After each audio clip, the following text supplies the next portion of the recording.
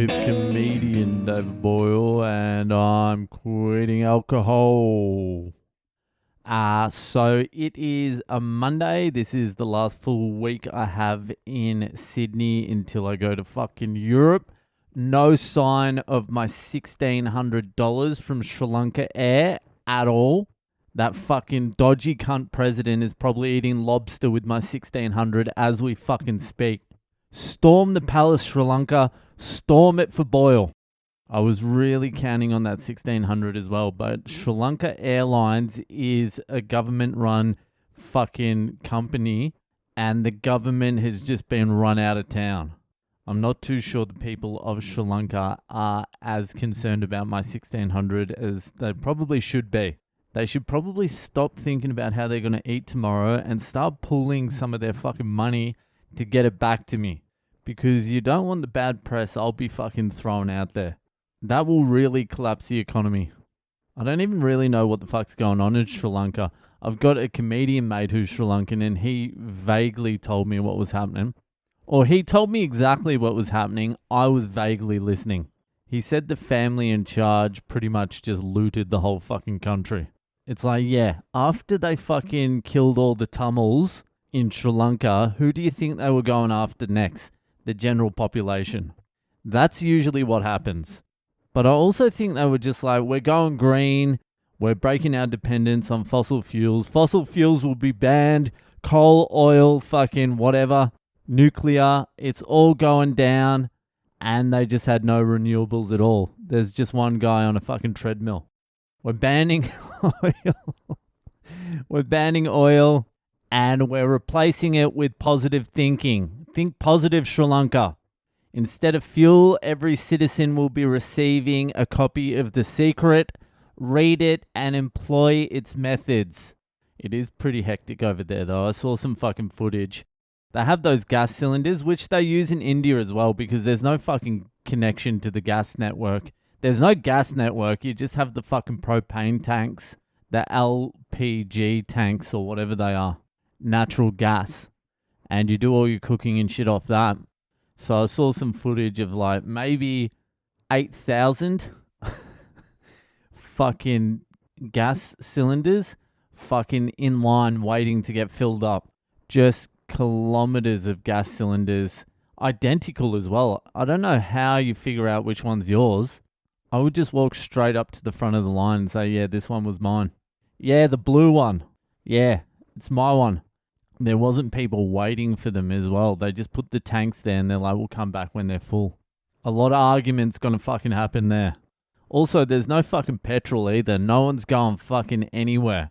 There's just 2,000 cunts at every petrol station yelling at the poor cunt trying to fucking pour fuel. So when there's no fuel in the streets, there's probably not a lot of fuel for the fucking Sri Lanka Airlines. Thank God I booked a completely different flight because I was half tempted, even though the dates were fucked, to stay with Sri Lanka Air because I didn't think I was going to get a refund. But I was like, no, I can't trust those cunts. I better book with British Airways, which also sounds like they're fucking losing bags and doing all sorts of shit with that airline too. But I haven't heard boo from Sri Lanka Air, so $1,600 write-off. Fucking that, the $2.95 bag I bought yesterday, inflation, they're just fucking bleeding the Boyle dry. Anyway, not to worry. Well, there is a lot to worry about, but what are you going to do? Sell the fucking bag on Facebook Marketplace for $2? That's still like a 95-cent loss or a 65-cent loss or whatever it is because it was 20% discount, remember? Anyway, it's Monday, it's the beginning of a new fucking week, and it's time for this week's Ask Boyle. It's Ask Boyle time. So if you have a question that's perplexing you, and you need another fucking set of eyes on it, you have access to one of the greatest minds of the generation in Le Boyle, French philosopher, Australian comedian. So head to my website, boylecomedy.com. Send your questions in. You can use drunk dial if you want to ask your questions with your own fucking voice. Or just email me on boylecomedy@gmail.com. Either way works.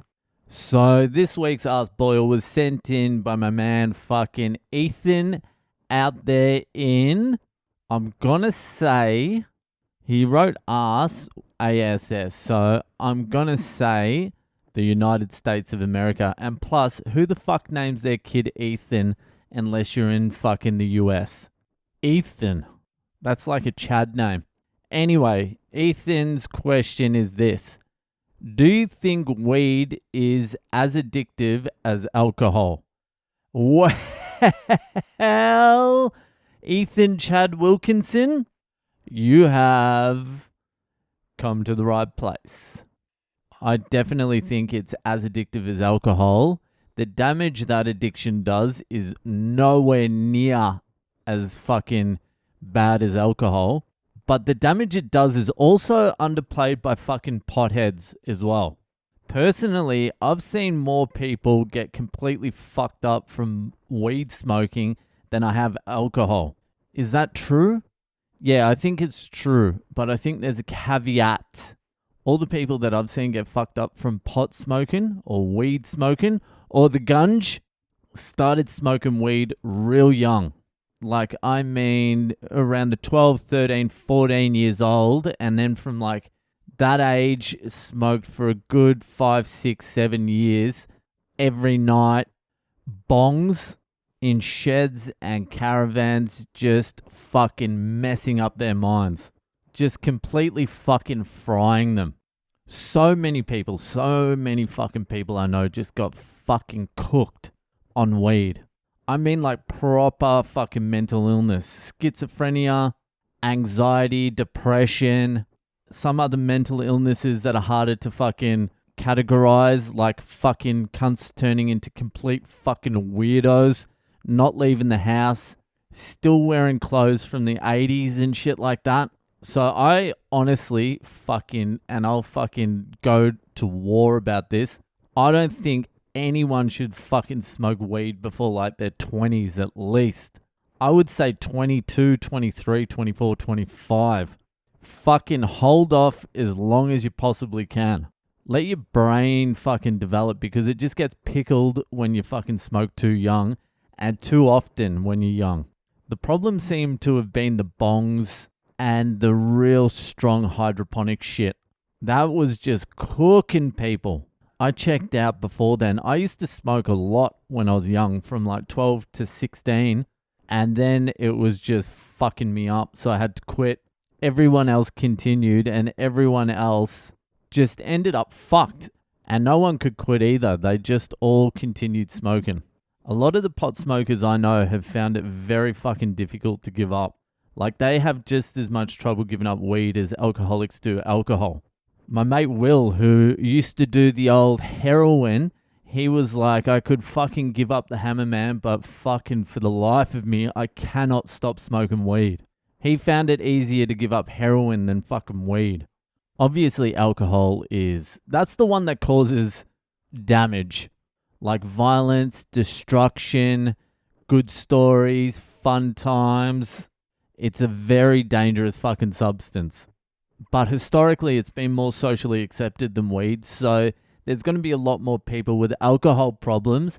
But weed is being legalized all across the world, and I reckon over the next maybe 10, 15 years, you're going to find out that weed is a problem too, especially with the strength of the shit they got now. It's not fuck around shit now. It's not fucking Paul stealing some fucking bud off his uncle's plant and selling it to me for fucking $15.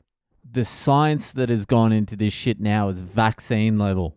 I can only gauge this off fucking empirical evidence. I know a lot of people that smoke weed, and I know a lot of people that drink booze. The consequences of being addicted to drinking booze are far worse than the consequences of being a pothead, except if you're young. If you're young, the consequences of being addicted to fucking weed are bad. That can really fuck you up. But also, as innocuous as weed is thought to be, it is not without consequences itself. I mean, when was the last time you wanted to hang out with a pothead?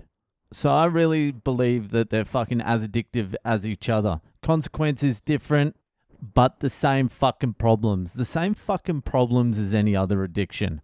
Anyway, thank you for your fucking question, Etho. I hope I helped you out there.